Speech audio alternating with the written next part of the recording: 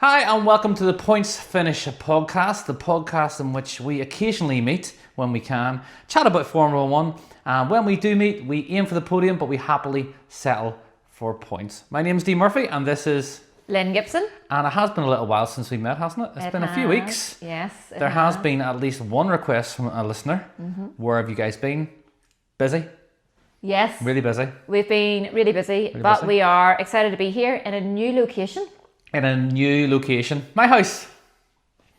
Yep. So if you hear some clickety clacks in the podcast, it is because Dee's dog is also in the room, the wonderful Pongo.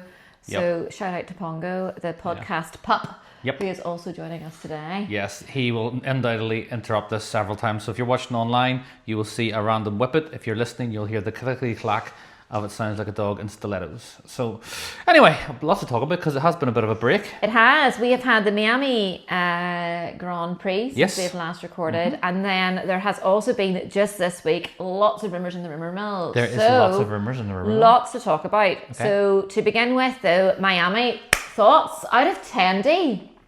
Mine's... Miami Grand Prix. Right. Mine's varied because I think on the Monday after the Miami Grand Prix, I came into your office and I was like, oh yeah, it turned out a bit of a banger, wasn't it? Yeah. And I think it's because the bar previously in Miami has been set so low. I think I was sitting at about 7 or 8 out of 10. You did. You said 7 out of 10. And then now I'm going, it was probably closer to a 6. Okay. For me, there was, I suppose action's action, but it was completely created by Max yeeting himself off in the, in case I forget, remind me during this podcast to talk about Martin Brundle yelling, genius, genius, genius. Did you pick this up? Did you hear this during the F1 broadcast? No. Anyway, we'll get to that in a second. Max yeeted himself in the first couple of corners, which kind of jingled everything about, and then the little midfield battles, and then the final Leclerc drama. But if you, I was a 6. I think it was a 6. If the yeeting in the first lap had have happened, the guys would have cruised off in the distance, and yes, I think it's 6. Okay. You? Okay. I love any, and this is quite controversial probably for some fans, I love any race that's in the Americas. So Canada, Mexico, Las Vegas, COTA, Texas. Miami. Yeah. I love all of them. I'm the opposite. And here is why. Because for me, it is not just about the 90-minute race. I just love the pomp, the ceremony, the excitement.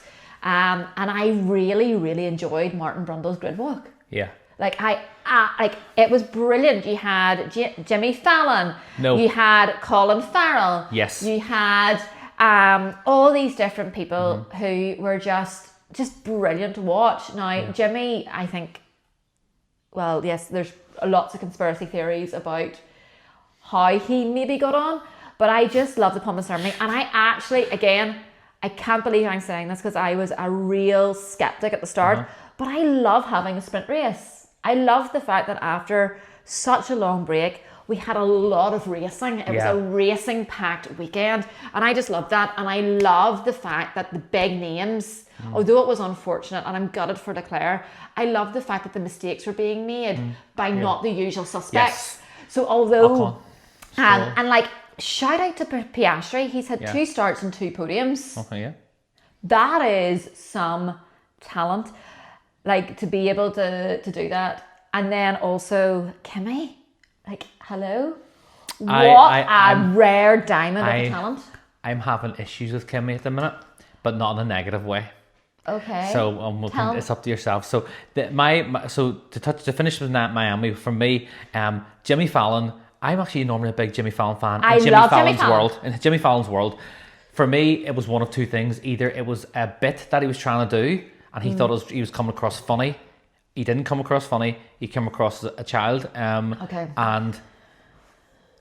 Martin Brundle didn't know whether to lean into it or whether to go, are you on something? And it was just really awkward. It was almost a sad way to end a really good grid walk. Yeah, it was a really good grid walk. My grid walk highlight was Colin Farrell. Yes. The fact that he even jumped in about Ryanair and cheap flights, relatability. And I love that. I'm not a massive fan of I like the pomp and the ceremony. So for example, Monaco, terrible race, but I like that pomp and ceremony. I don't like the American pomp and ceremony where it's like a TikTok highlight reel where it's just like every celeb who who's never watched F1 in their life is like, where is my exposure box this weekend? Yeah. F1, I'm going to go there, there'll be cameras. And not all of them, but I think it's very clear when you get one kind of celeb who's there for that, and then there's a celeb who's there for the racing, and you can spot them a mile off. Martin's usually pretty good at it, but Jimmy Fallon was the low light for me. So yeah, the Kimmy thing, I'm conflicted is the word at the moment, because I'm a Lewis guy, always have been, always will be. Then you have to go to the team that he's with. So now it's Forza Ferrari, and it's Forza Ferrari, that's fine, Forza Ferrari. But also, I'm a massive Toto guy. I adore Mercedes. I do love Toto. I'm not wearing my Toto t-shirt. I adore... I'm wearing James Vowles today. But... You're wearing Jimmy Vowles. I adore Toto because I think he's the right kind of leader from a leadership point of view. Yep. And all. Team-wise, yes, they showed that you can dominate and not be toxic, where Red Bull were. My challenge now is, I love Kimi Antonelli as a driver. I love flipping believable. I love the fact that even in the intro, all wee drivers are given the serious looks, and he gives the wee surfer was up kind of surf thing. I keep going to it, and it's a physical thing, but it's also a driving thing. I'm old enough. There's a lot of Senna in him. Even when you see him standing there, he's being compared by I've listened to a number of podcasts and read up, and even the commentators. So Crofty was saying. Compares him to Senna. There's a lot of Senna-esque in him, and then looks-wise, it's baby Senna. And I know. The wee shaggy brown, the little boy face. So I'm really, really pleased that he jumped straight into Merc. I feel that personality is the kind of driver that if he'd went to like a V-carb, or if he could have been swallowed up and spat out. But I think Mercedes made it very clear from the start, there's zero expectation of him performing. Yeah. In terms of anything's a bonus, and they're cultivating him. I think that's the right word. They're cultivating the champion there. So now I'm at the point where I really want to cheer on Lewis during the race, but also I'm just really, really happy for Kimi. So I'm conflicted because I want to wear I do 50-50 football scarves. Can I get like a match day scarves? Can I get a half Hammy, half Kimi scarf? I don't know. Can you? Kimi Hamtonelli. Kimi Hamtonelli? That sounds like an awesome sandwich. What would be in a Kimi Hamtonelli sandwich? Well, it'd be brown bread. It would be brown bread. It would be ham, obviously. Yeah, ham. Yeah, ham. It'd be quite British because Lewis is British. With a sun-dried tomato to make it Italian. Yes. And a drizzle of olive oil. With rockets around an iceberg. Yes, iceberg. And some form of hard Italian cheese. Yeah, hard Italian cheese. And really good if it's dry, but also equally good in the damp. Because Lewis is good in the wet. So, I think we just made something, I guess. So, anyway, keep an eye out. Yeah. Maybe our first merch will be sandwiches. There you go, Subway. Subway, yes, yeah. a Kimi Hamtonelli sandwich, Kimi please, Hamtonelli. on wheat bread. Yes. Half. Yes. I'm talking about drivers. We have to touch upon, and you mentioned it earlier in the pre-notes, this idea of Russell. So are we moving on? Because there's one thing I wanted to say about the Miami Grand Prix that they do really well. What's that? And no other, in my opinion, no other race does this better. What's that? Their merch is beautiful. Their merch is beautiful, and like I said, because I'm wearing... You're wearing Miami merch. I have the most gorgeous hoodie, which is McLaren Miami merch. They just... Hi, Pongo. Pongo's now, for our audio listeners, Pongo is now in shot and is trying to give me a kiss. Hello. So yes, the merch is just beautiful, and that is... I don't care what you think about the race. Yeah. The merch just hits different. They do the merch brilliantly, yeah. Anywho, segueing nice. Oh, sorry. Just because I don't want to forget. I talked about someone that I love, which is obviously Kimi Antonelli. I've talked about Hamilton. And I didn't pick up on it during the race, and then I watched back the highlights because I've seen someone tweet it, and it was this. It was Max spins, and to be fair to him, he instantly kind of goes, my fault, guys, I'm sorry. Yeah. He got a case of the heavy right foot, give it a bootful, car went round. I think last year's car would have been fine. This year yeah. The car spun and stayed on the track.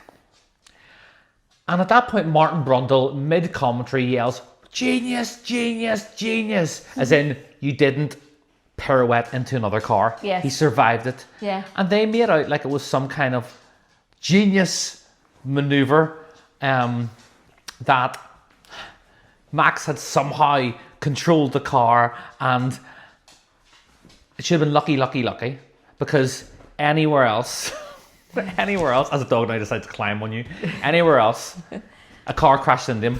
He's doing for a hug. Oh, do you want a hug? Okay, go one up. That's Whippets for you. So anywhere else, if a car crashed into them, they would say, oh, Max is so lucky, he's caused a big accident. And just because no one happened to crash into him on the first lap, which is so lucky, everyone's saying genius, genius, genius. Like, don't get me wrong, I'm actually becoming a Max fan because of his side quests now. But he was a very, very lucky boy. And I didn't think he was genius in any fashion. And now your Pogs? Yes, that's right.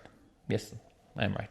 So anyway, Miami done and dusted. Everyone, let's George Russell. Do we want to talk about George Russell as a separate bit? Will we move on to... Yes, that's a good idea. Yes. Okay, so now in every episode we like to do little side games where we challenge each other to do different things.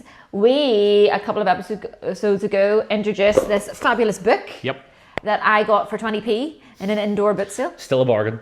And basically I'm going to read out a news headline. It's full of news headlines. And Dee, you're going to have to guess what the year is. Now, I've yet to get one of these right. What I tend to do is I get everything else around the history, the timeline, it all right, and then it comes to the date and it's like, and I can't think. So let's see if I can get the year this time and not just the story behind it. Okie dokie. So let's go for that will be too hard for you.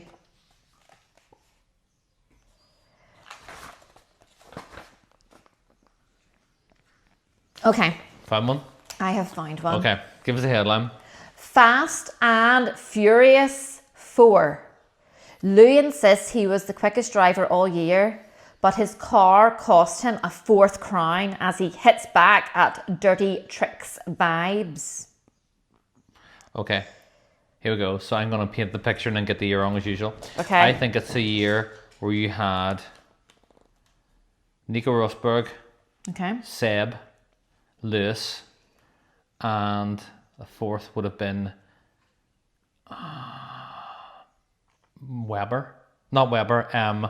Danny Rick for Red Bull. Okay. I think it was too early for Max. 4th championship, so he was 3-time. I'm going to go for 20... I could be completely out here. 2013-14 or then. Close. You've done exactly what you said you were going to do. So the driver's standings were Kimi Räikkönen 6th. Kimi Räikkönen, okay, Ferrari, 5th, Max Verstappen. Okay, so Max he would have been in, what do you call him at that stage? Red Bull. Was he Red Bull then? Okay. 4th was Sebastian Vettel. Yeah. 3rd, Daniel Ricciardo. Yep. In the Red Bull. Yep. 2nd, Lewis Hamilton. 1st, Nico Rosberg. There was 5 points in it at the end. Yep. Rosberg obviously took the title. Yep. And it was November 2016. 2016. Oh, so you literally had everything. Yeah. You did the same thing. So there is the headline, the pictures and everything. 2016. And there is also there a sack threat to Hamilton there. It says because Toto was not happy with the anarchy that it caused the team. There's a bit there on that one. Yeah. Yeah, so, Toto, that was a tight year for him. I didn't overly enjoy that year, not even as a Hamilton fan. I didn't think either driver particularly covered themselves with glory. I just felt that their rivalry took over the entire season, if I remember correctly. I think, and like if you it became about those two as opposed to like Danny Ricciardo getting third in the championship has been completely forgotten. And also, you're absolutely right. And this was pre-Drive to Survive, is that right? Pre-Drive to Survive? Drive to Survive came out in 2017. So it would have been Let me just double check that. Drive to Survive would have been all over that.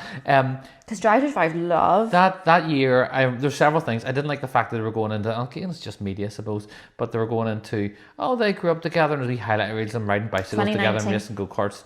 And then it was like the turn. It became immensely personal, and I think the media fed it because every question was to Hamilton, how do you feel about Rosberg? Every question to Rosberg. And I think the shifting point was Monaco. Do you remember the Monaco move where it was quali 3, Rosberg went out in front of Hamilton, and then Rosberg outbraked himself, put it into the overrun area, but then reversed back slightly. So then yellow flags came out, Lewis had to cancel his lap. Do you remember that? Yeah. 5 points for no prize. Can you tell me one other driver that also did that in their Formula 1 career, but got caught and put to the back of the grid? Oh, it's Michael Schumacher. It is Michael Schumacher, yes. Do you remember that one as well? Yeah, so he got the yellow flags out, but it was really obvious, that one. I still never figured out how Nico got away with that. But yes, maybe I will eventually get one right and not just get... But your knowledge, your wheel knowledge is actually quite impressive. Yeah. I can see every moment, well done, down to the pit stops, down to races, but numbers just never, ever work. Talking about not working... George Russell. Let's talk about George Russell. This has been fed by one of our listeners, Jack. Hello, Jack. Hi, Jack. So his question is to Points Finish podcast. Will George Russell always be the bridesmaid and never the bride? I genuinely feel so sorry for George Russell because it feels like he has had such a hard run of being an F1 driver, and he finally gets his moment, and it just... Is he in danger of becoming a wee bit of a Tim Henman? Oh, niche reference. We've moved into tennis but here. Okay, so for those who've never seen tennis, or, well, that's not going to help, but the concept with Tim Henman was a generational talent, but unfortunately the generation that his talent came along was, there was about 6 other generational talents who were just ever so slightly more generationally talented. George Russell is probably a top 3% driver of the grid. Oh, 100. He is 100%. Such an incredible driver. And I understand what you're saying. He's had an unlucky run, but would he... I don't think wheel to wheel he'll ever beat Max in similar cars. I don't think he has what Max has. I just don't think he has it. But does he have what Kimi has? Which is I'm going to flip that. Kimi has what he has. Kimi has what Russell has. Kimi has what Russell has, but also there's just something about Russell where I don't know what it is. Is it the British thing? I don't know, but it's like the guys who finish as world champions, it's like they will get the points when they need to get the points, but when there's no hope, they will just pull something exceptional out of the bag. Okay. We've seen Hamilton doing over the years, through goes Hamilton, 3-wheel finish at Silverstone. Okay, it wasn't for the world championship, but to be able to do that, I just don't see Russell ever being able to go to like that 101, 102% and not crash or not fail. Do you understand what I mean? Like, I think... Oh, I disagree. If he can go, if he's within his capacity, he's nigh on unbeatable. But whenever he just has to go into the uncomfortable or go beyond his capacity, I think that's where he falters. Whereas I think the Max can live beyond his capacity. Lewis can. Okay. I think that's where the multiple world champs are. To quote Nico Rosberg, that's why he retired. He said he couldn't go back to that again. It completely wiped him out. To do Lewis that year, he said it took everything and beyond, and he didn't have another year of it. So I don't think... I'm going to push back on that opinion a little bit. That's what it's for. Go. Because if you remember the year that Lewis got COVID... Yep. Oh, yeah. Russell had to step into that Merc. Yep. And they didn't have enough time for them to adjust the car for even George Russell's height. Yeah. So he was like cramped up in a car that was built for Lewis, and only that they messed up. And he got a puncture. Yeah. They messed up a pit stop and he got a puncture. He would have won his race. He would have won his first race and his first time in a Mercedes. So he was out of his comfort zone, physically, mentally, everything else, and he took that opportunity. But also, he wasn't getting into an Aston. He was getting into that black Merc, which, by my opinion, is the fastest F1 car ever made. It was it the W17? Was it the W7? Whatever one, the W17, W18, whatever it is. That black Merc people, it's almost folklore status now. That and Lewis speaks about it like a long lost lover. Whenever you listen to that car was pinnacle F1. I'm not saying George didn't do phenomenal, but I would say any top F2 driver / approaching F1 driver would have got into that car and done very well that weekend. I'm not saying he didn't do well, but I just think that if he got into a Ferrari, for example, at that stage, or a Williams, you went, oh my goodness. But that thing was so quick. But yes, he should have won it. That wasn't his fault. I think his challenge now is the only person that will beat Russell this year is Russell. I think mentally he has to get over the Kimi thing. I can imagine him sitting in it. And I don't know if you picked it up. There was an interview recently. Who was it? It wasn't Brundle. There was one of the Crofty. They were talking about saying how Russell needs to word his replies very carefully because he's starting to come across bitter and slightly sarcastic when speaking about Kimi. Right, okay. And it's very clear that big brother, little brother kind of thing has already not broken down, but has dissolved. Okay. And Russell's now having to go, hold on, he's my number one competitor here potentially for the championship. So already that there, big brother, I'm going to help you through your second season, things gone. I put this way, if Russell doesn't win this year, I don't think he'll ever win one. Okay. I guess this is one shot to win a world championship. Okay. Oh, okay. Yep. Okay. So, because again, will Russell be there next year? Well, because yes, that that leads us into some rumours. Yeah. But before we do that, it is the time in our episode where we kind of go into our blue sky thinking. Where in the sky are we plucking these ideas from? Where we look at a Formula One driver and we go, well, if they weren't driving for Formula One, well then what? So please be upstanding. Please listen carefully to, if not, what? Yeah. So today's driver is Lewis Hamilton. Lewis Hamilton, who is topical because there is a rumour that he may retire at this year's Silverstone Grand Prix. He's going to announce his retirement at Silverstone. He might announce his retirement. Which I could believe. Which you could believe. I mean, I don't know if that's one of the rumours we're going to discuss. I think we're discussing it now kind of as well, aren't we? I think... Will he get Ferrari another year? I think that by the time that Silverstone comes along, he will be able to have a clear idea. I think, yes, talking of teams that are always the bridesmaid, never the bride. Ferrari seems to be always the plan B of I don't think Ferrari's a bridesmaid. I think it's a maid of honour, because Ferrari is it's the nostalgia of the Schumacher era, the oldest team in F1. But really, what have they done since what? Like 2000. Random fact: Kimi needs to win another. Is it? Oh, how many races? Is it 5 or 6 races? And he equals Leclerc's total race of his career. Wins. Like I think Leclerc, is it 8th season, and like Kimi needs to win another 5 races. It's a mental fact. Something like that, like 5 races, and he's equalled Leclerc's total. Holy smokes! Well, anyway, Lewis Hamilton, if he wasn't a Formula One driver, what would he be? Would he be dating Kim Kardashian? Okay, so are you putting he's never been in Formula One at all, or post-retirement? He's never been in F1 at all? So we have, he's decide. He's never been in Formula One. Never been in Formula One. That's in any other guessing. We have been, It has been they didn't make it to Formula One. What are they going to be? Lewis Hamilton. Because you have to strip away everything he's become.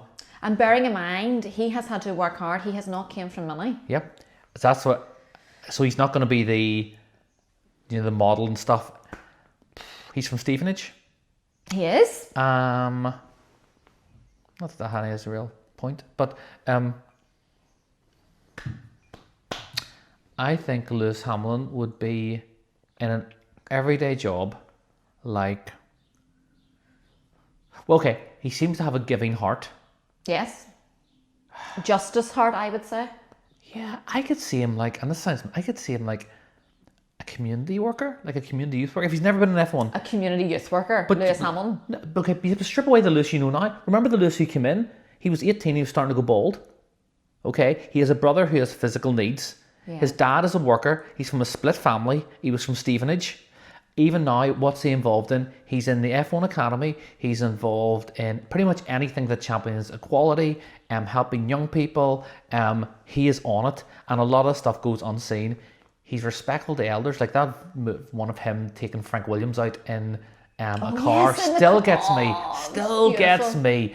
Whenever going around that final lap, he just turns to Frank so respectfully and goes, Frank, can we do another lap? And Frank's like, oh, well, they're waiting for us, but go on. And then he does do it. It's just, you wouldn't. So anyway, I think he would be community focused. Yes. Because it wouldn't be about the money because he didn't come from money. His dad had multiple jobs, so he's a worker. Yeah. And I think he would be working with young people / disadvantaged youth. So I agree with you that it'd be something community focused, but I think that his drive and ambition would be there. I think he's Prime Minister. I think he would go into politics. Whoa. Okay, well, let's be honest. Because he would be wanting to fight for his local people. He would want them to have a better life. And because of his charisma, because of that really powerful background and story. When he joined F1, he didn't. But he would develop it. It is naturally there. He would be community focused. He would be fighting for the best in those people. And I'd vote for him. Well, compared to who he's voted for, I'm going to say he would be Prime Minister and would probably do a better job than Keir Starmer. Well, I'll be honest, Pongo, who's currently lying asleep in the sun, would do a better job than Keir Starmer. But anyway. But I'm just saying. We're very different opinions, Nat, with similar kind of back thoughts. No, I do agree with the whole disadvantage, fighting for the little man. I am going for politician, Prime Minister. Okay. I'm going for some kind of community worker. Let us know in the comments or Spotify comments or YouTube comments what you think Hamilton would be. Prime Minister. I don't think so. Prime Minister. I think. Okay then, but it'll be interesting to see how this develops over the next couple of races. I think it'll depend how Ferrari go. And I don't mean this in the car. I think how he feels Ferrari are in factory and all the rest of it. Yeah. So we'll see how that goes. I would like to see him in Ferrari for at least one more year. But also then it'll be really exciting to see where everyone ends up if he leaves. Because then literally the merry-go-round will start again.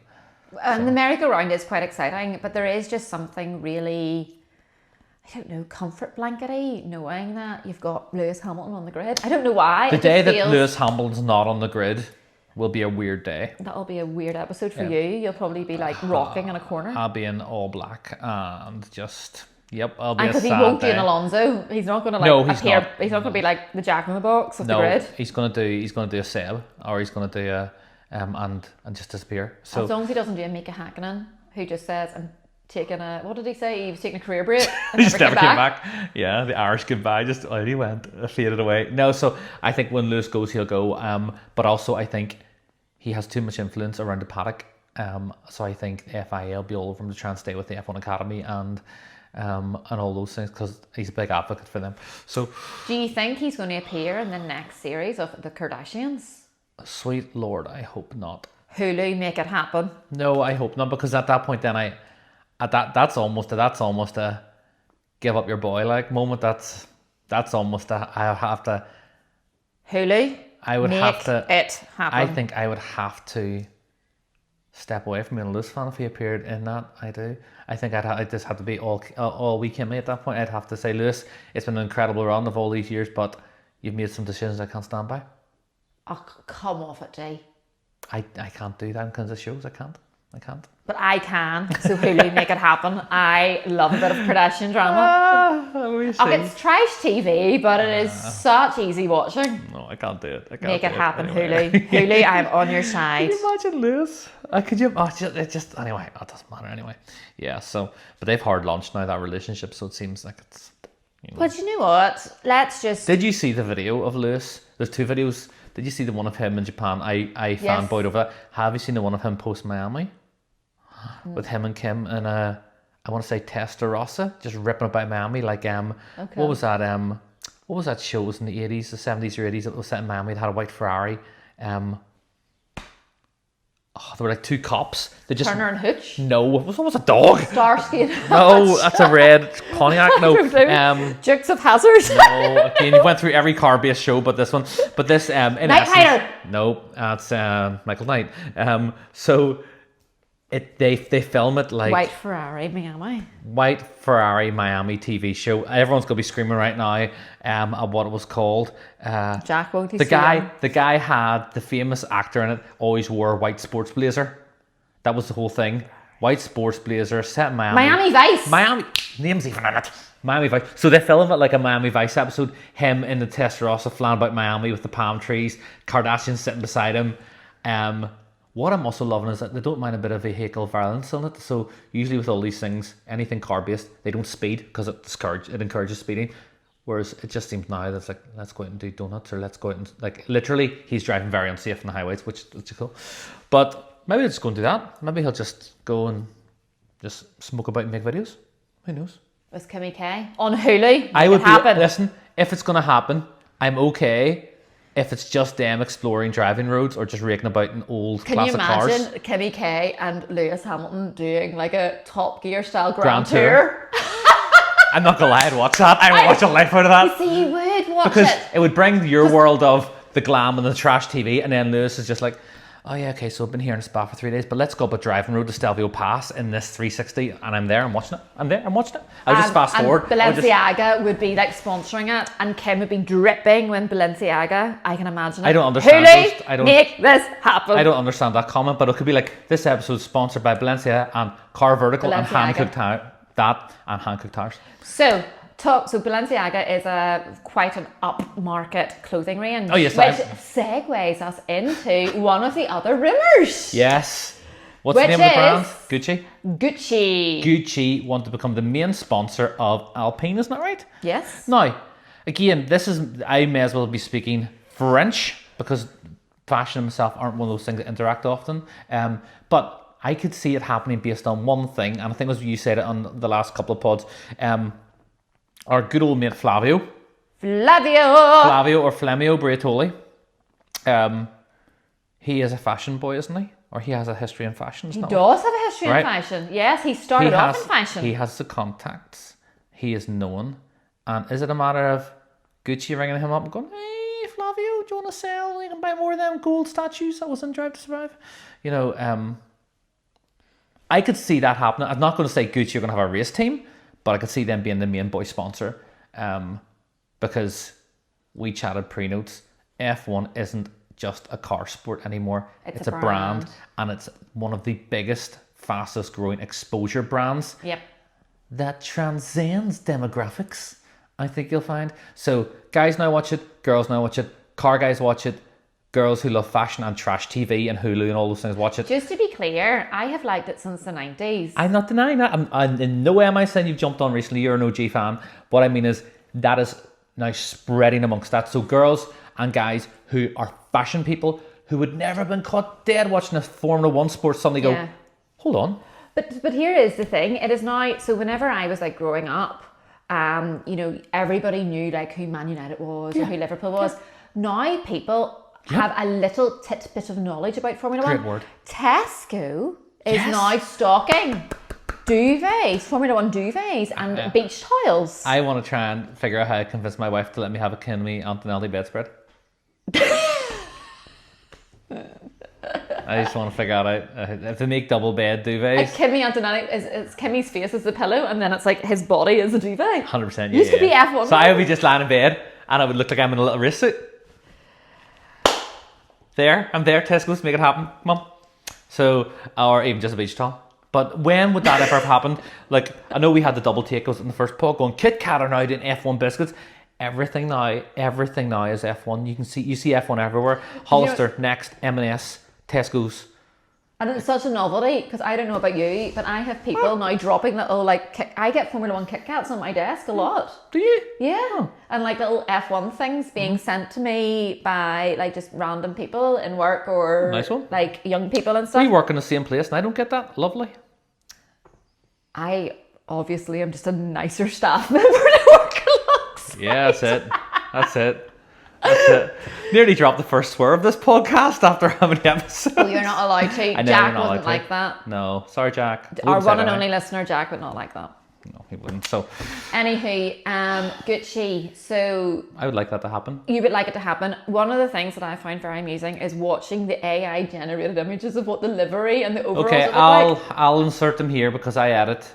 So I'll insert them now, so you can see for the people watching along the AI generated images of the mechanics and the car, and it's And quite the driver's Yes. drip, as I'm going to drip call it. or outfits if you're 42 and a male like me. Other outfits. So do you know what? Actually, I think I actually quite like the livery and the thing. I don't think it'll ever No, it wouldn't happen like that. It wouldn't happen like that, No. but I do love it.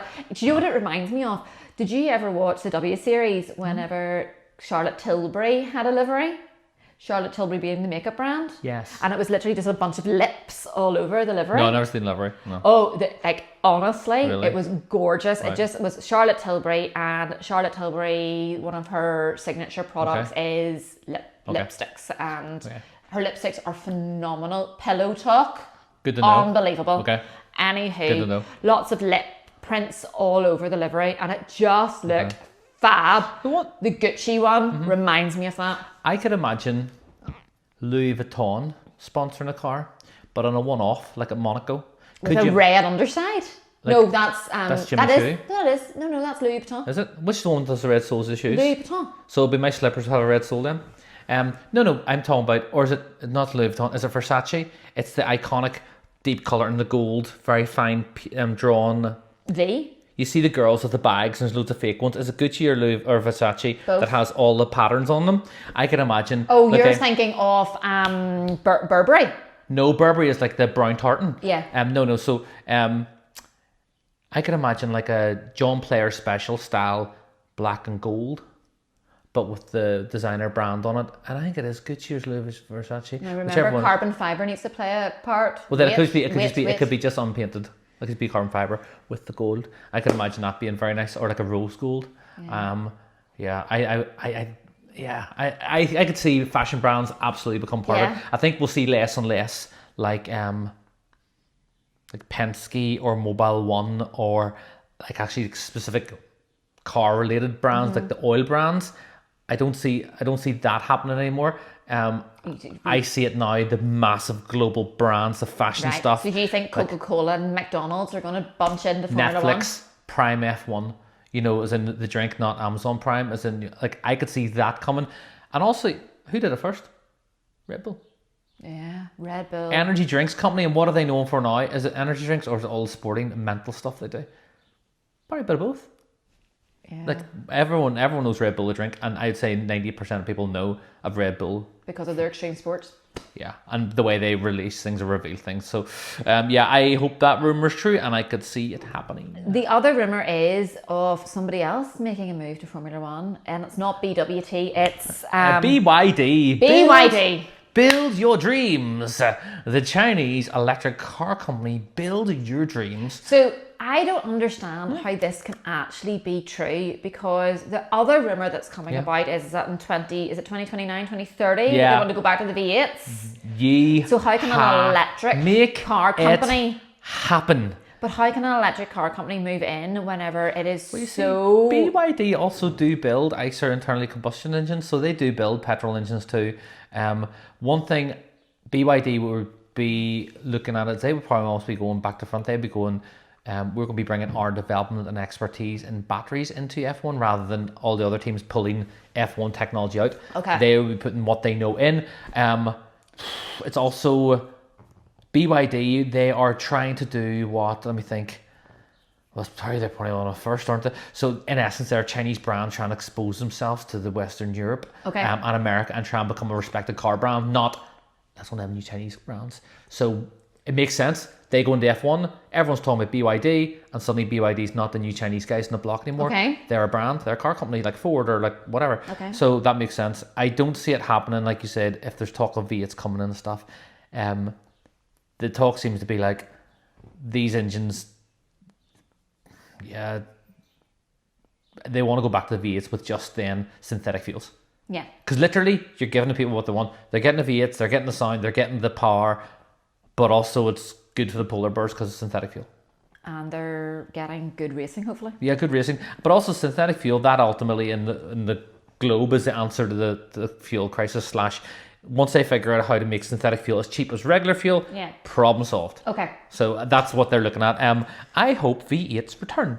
I think it would be nice. I think that's a very popular opinion. I think everyone's talking about that. And Alonso's still in it. Just the V8s. So yeah, 2 good rumours. What's next? The end of the podcast, eh? We're not doing box. We can do box if you So- like to finish, yeah. Fair enough. Box. It is your turn. What is in my box today? So, this is the box, and you have 20 guesses. I'm so bad at this. So, I'm so bad out of at all this. the times we've done this, there was only one where we didn't get it, and I think it was me. I didn't get it. I missed it. So, the box. I'm trying to decide. I've got 2. Should it be nasty? Should it be nice? Be nice to me. Be nice. Okay. Okay. So, I'm so bad at this. okay. Lynn, box. What's in my Formula 1 themed box? Pongo. Nope. Okay. Well, you have to give me a clue as to what it might be. Do you want a clue? Yeah, you always say it's something associated with a driver. Well, okay, well, okay. It's not Pongo and it's not an animal. And that takes Leo out of the equation.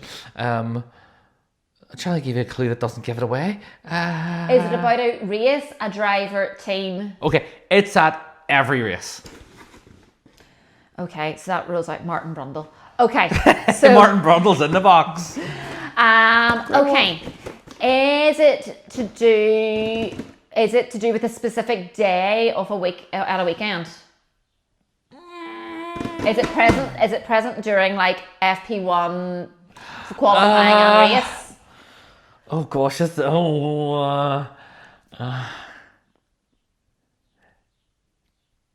no.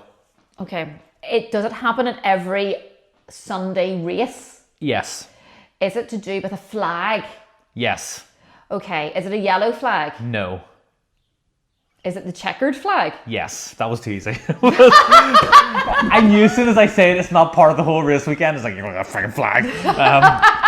Because I was going to be mean to say yes, it is, because they do say at the end of FP1, 2, 3, okay, it's a checker flag. That's the I end would of. never have got that. Yeah, so that's why I couldn't do that, because it was just throwing you up the river. But yes, it was a checker flag, and I'm going to have to make the next one more difficult. Okay, So- but actually we have ran on with our podcast, so that was a nice That was a quick nice one. way to end it. So the next time that you'll see us, we will be hopefully reviewing the Canadian Grand Prix. At this point, they're going to start defrosting Jacques Villeneuve, because they always bring him out, don't they? Well, it is the Circuit de Villeneuve that we're going to. Yeah. So that makes sense. Anyhow, Please let the weather be intermittent.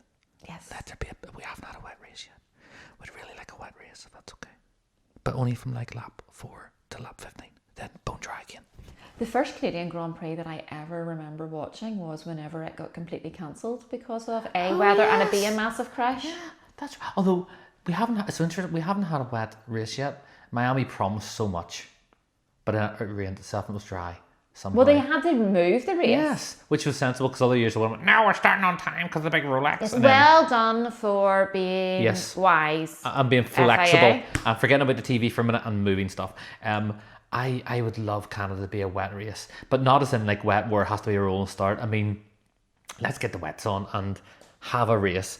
The best thing about wet races is when like half the Strategy. circuit's dry. Do you know when like the back of the circuit's dry, but like turn 1, 2, and 3 is soaking?